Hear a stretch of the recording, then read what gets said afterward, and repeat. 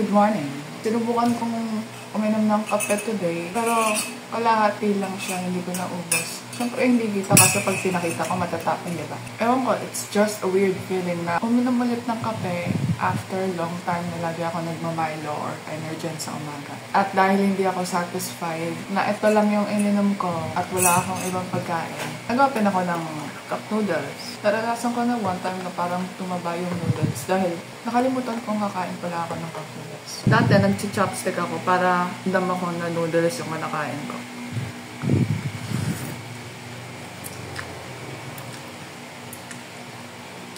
Pero sa mga panahon na gutom ako, like today, syempre, Tinidor is life.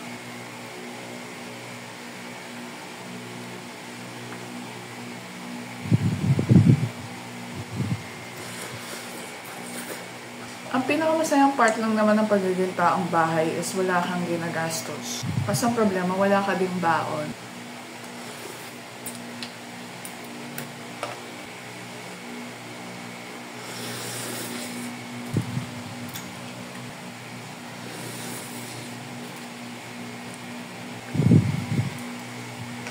Paubos na siya.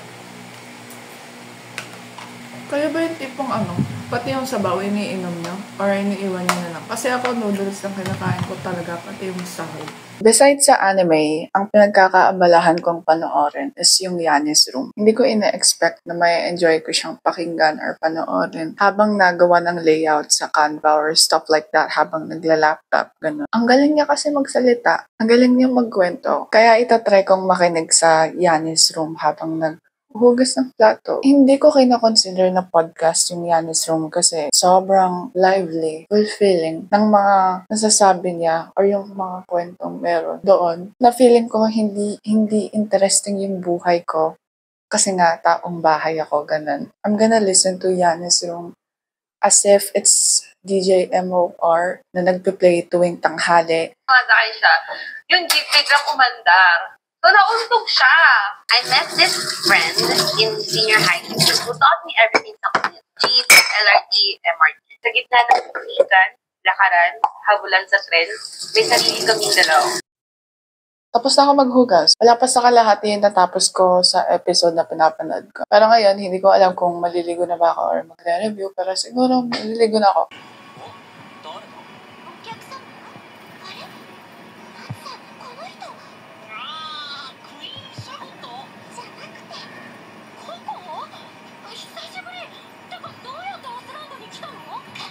A few moments later. Nagpagupit ako noong November 1. Tapos hanggang ngayon, walang kwenta pa din yung baby bangs ko. May bald spot ako pero may baby bangs. Ang gulo niya. Sobrang bilis mag-grow ng hilay ko. Kaya parang halos every 3 days ako nagaganito. Hindi ko alam kung pakalbo na talaga buhok ko. Pero ayun, wala din akong makeup pa na nailalabas ko talaga outside. Sobrang bilis ko mahulas. Tsaka pag nagme-makeup ako, hindi din ako nakapag-setting spray kasi ubos na yung setting spray ko. Naghahanap pa lang din ako ng setting or fixing spray. Mas kina-consider ko ngayon na mag-explore ng fixing spray. Ganun. Ito talaga, hindi ko pa alam kung paano gamitin yung mga fan brushes pagdating sa makeup. Like kung gamitin ko man siya sa highlight, meron ba talagang nawales sa mukha ko na highlight niya, ganun? Yung ugaling ayoko sa sarili ko, yung pagiging indecisive ko. Ilang buwan na akong meron nakalista ng kung anong gusto kong i-cosplay this Halloween. Pero ni isa, wala akong na-execute gawin. Like lahat, naka-work in progress pa siyang kala mo painting. Yung safety pin na ginawa ko, yun talaga yung pinaka, ay sana matapos ko to, ganun. Pero ang tagal ko kasing makaipon ng safety pin. Tapos parang nakakahiya dun sa pinagbibilan ko na magpabalik-balik bumili ng safety pin kasi wala akong budget na bumili ng isang bagsakan.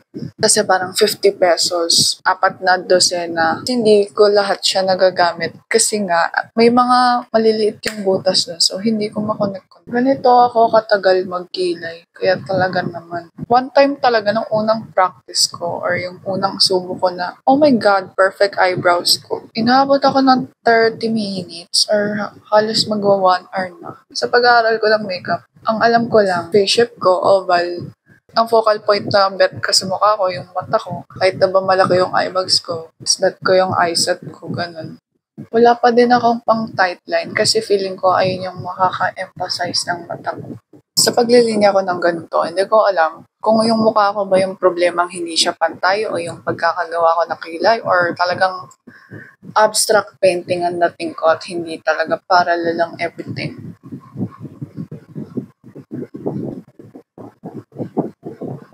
Parang ayoko na. Tuwing natatapos na ako mag-makeup, sinasabi sa akin, bakit ang dumi-dumi ng kamay mo? Kasi naman, ginagawa kong art palette yung itong buong na to. Ayokong ilagay directly lahat ng makeup. O natututo na ako. Okay, I'm gonna go ahead with the contour na. Yung ganda ko. Minsan lang yan.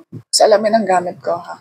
Tuwing nagme-makeup ako and shit, hindi siya nakukuha ng camera kahit na ba sabihin malabo na nga to. Ang sinusubukan ko sa nose ko, concave and cortex, pero hindi ko siya magawa, nagiging pag ganun. Basta yun. Pwede na mag-reindeer sa Christmas. Sa Christmas na lang ako mag-cosplay. Meron akong natural shadow ng curvature sa mukha na hindi niya na-emphasize yung tangos ng ilong ko in the right way. Tama ba ginagawa ko? Alam ko naman na tap pero hindi ko mapigilan mag-swipe. Nangyari ba? Hindi. Wala. Ewan ko. I look the same, bro. Why? Hindi lang halata pero tinatamad ako sa ginagawa ko ngayon. Isipin ko na lang na naglagay ako ng placebo effect sa makeup na to para makamove na ako sa next step. Hindi ko alam. Nakalimutan ko na kung alin at tama. Parang masyadong napalawak yung pag-spread out ko ng yan, mukhang pahinga. Wala, nagugutom tuloy ako. Gusto ko kasi mga light color na na lips. Bakit ba natin ginugusto yung mga opposite ng kung anong meron tayo? Okay, napasobra yung paglagay ko ng concealer. Mukha na akong patay. Mukha akong namutla pagkasakay ng roller coaster. Ay, puta.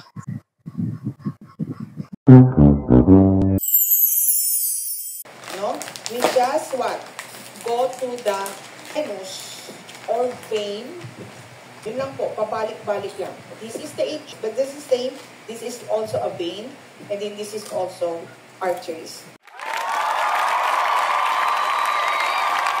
Pag may makakain ako, I love it. Kaya bumili ako today ng cheese whiz and buns na maliit. Wala kasing malapit na bakery dito. Nagka-crave ako ng yung cheese, pero gantong size. Alam mo yun? May nakita akong meme kanina habang nag-scroll. Tapos siya, bibingka. Nagka-crave din ako ng bibingka. Sabang online class, nag-chat din yung mga tropa. Nickname ng tropa ko, Samgyupsal. Sabi ko, nagugutom ako sa nickname mo, te.